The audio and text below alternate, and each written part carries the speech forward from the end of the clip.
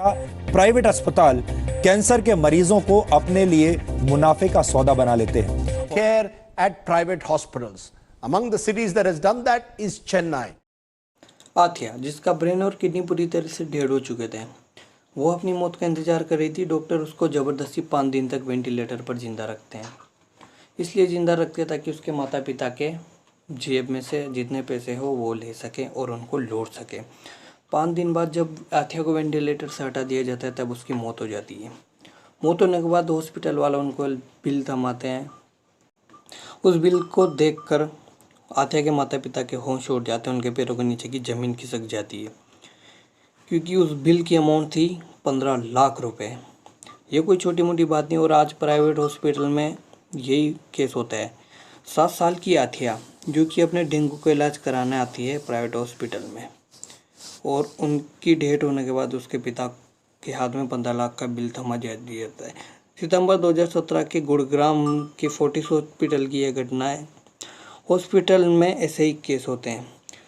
इस केस के गवर्नमेंट के पास एक केस जाता है और गवर्नमेंट इस केस के बारे में जानकारी प्राप्त करती है। तब गवर्नमेंट को पता चलता है कि भारत में 40 हॉस्पिटल या 40% हॉस्पिटल आप समझ सकते हो, जो कि 108 प्राइवेट हॉस्पिटल जो कि ओवर चार्ज कर रहे हैं भारत में। एनएनपी जांच करती है, जो कि इंडिया की हॉस्पिटल की जांच करता टीम है।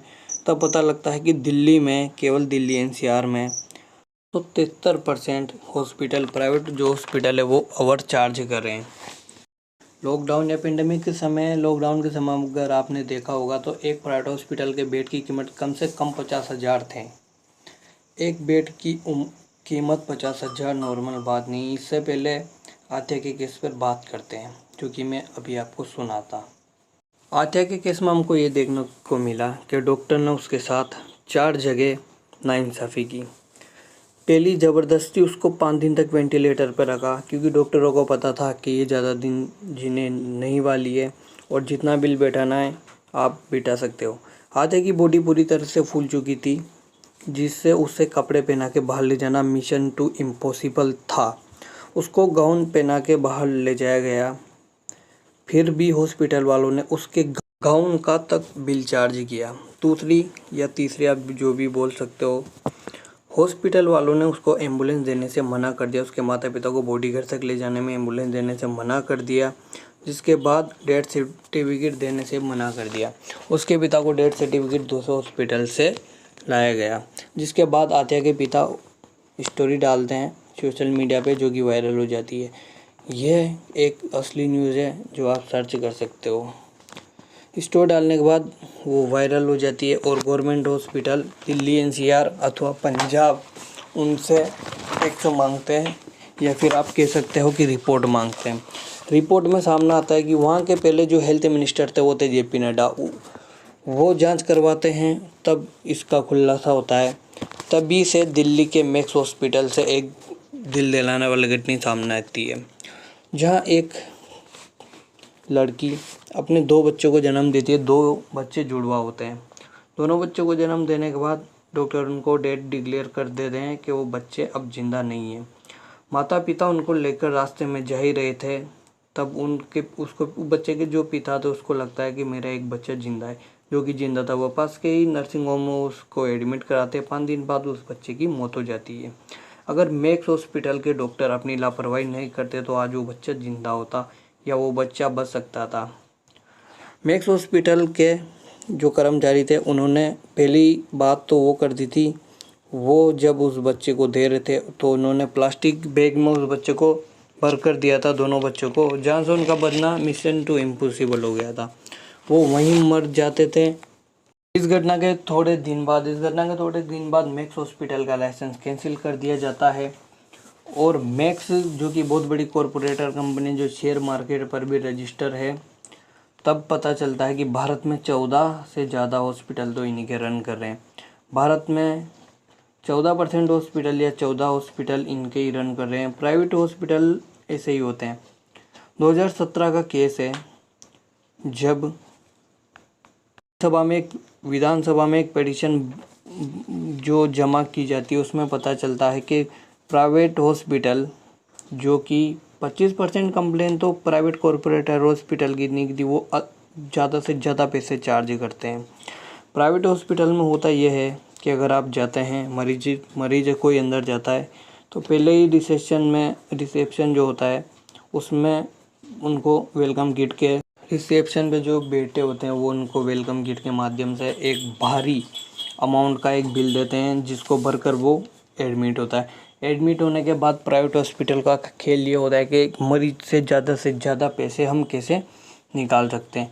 मरीज से पैसे निकालने के बाद अगर आप प्राइवेट हॉस्पिटल में बेड लेते हैं तो बेड तो आपको लेना ही होगा, भर्ती हो रहे तो आपको बेड का किराया देना पड़ेगा। आपको आप खाना भी खाओगे तो खाना का किराया भी आप देंगे। एक मेडिसिन भी अगर आप खाते हो तो मेडिसिन का भी किराया आपको देना होगा। डॉक्टर बार बार आते हैं, आपका चेकअप करते हैं, उसका किराया भी वो आपसे ही वसूल करते हैं। जब कोई पेशेंट इलाज करवाना आता है तो उससे टेबलेट वगैरह जो भी उसको दी जाती है उसको भर्ती किया जाता है, जिसके बाद उसके ज़बरदस्ती टेस्ट किए जाते हैं। और अगर वो पेशेंट वहाँ से सही होकर चला जाता है फिर भी उसको बोला जाता है कि आप 5 या 7 दिन के बाद फिर आना। ये बात आपने भी नोटिस की होगी और आपको पता है कि आपके गांव के छोटे से छोटे कंपाउंडर या छोटे से छोटे मेडिकल वाले या डॉक्टर जो बैठते हैं, लोकल डॉक्टर, वो भी आपसे यही बोलते हैं कि आपको कल वापस आना होगा।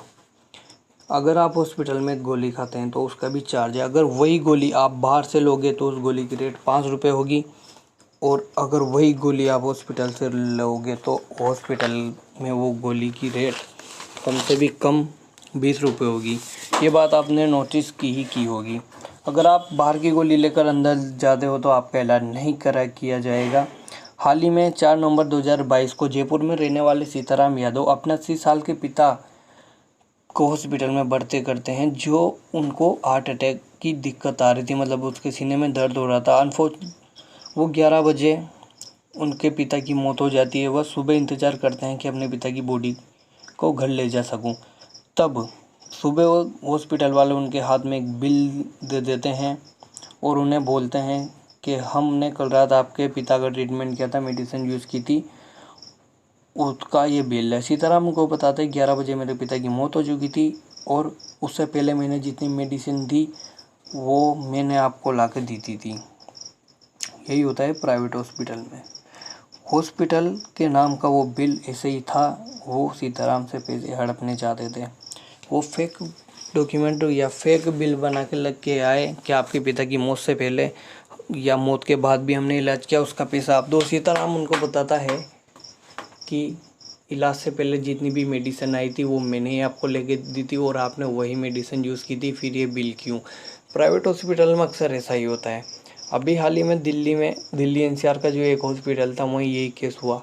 एक लड़का मेडिकल से गोली लेने गया तो उस लड़के को वो गोली पड़ी मात्र 2 रुपये की। वही गोली हॉस्पिटल में 20 से 25 रुपये की पड़ती है।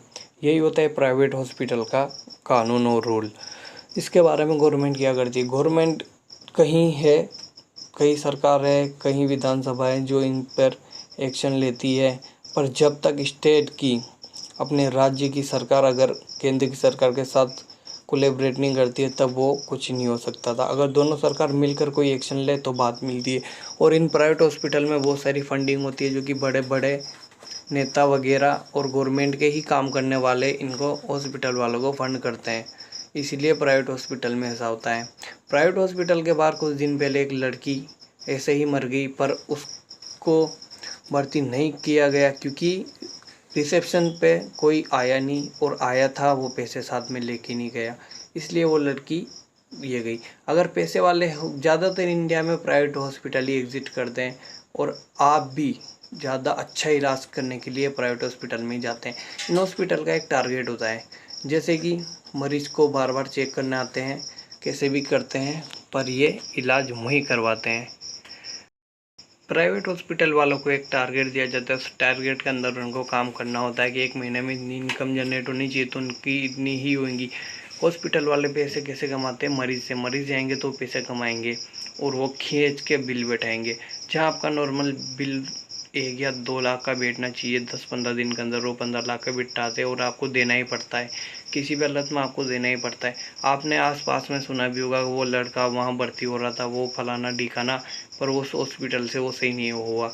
वो धीरे धीरे आपको सही करते हैं, क्योंकि वो उनका टारगेट पूरा करना होता है। एक नर्स से लगाकर, एक मेडिसिन से लगाकर, मास्क से लगाकर सब चीज़ का खर्चा आपकी जेब से ही जाता है। अगर आप बड़े हॉस्पिटल या प्राइवेट हॉस्पिटल में कोई भी हो, आपने चीज़ नोटिस की होगी। इस वीडियो को यहीं ख़त्म करना होगा, क्योंकि एक पार्ट में इस वीडियो को बनाना इम्पॉसिबल है। वीडियो कैसा लगा लाइक कमेंट करके ज़रूर बताएं। Thank you so much. Subscribe कर दें।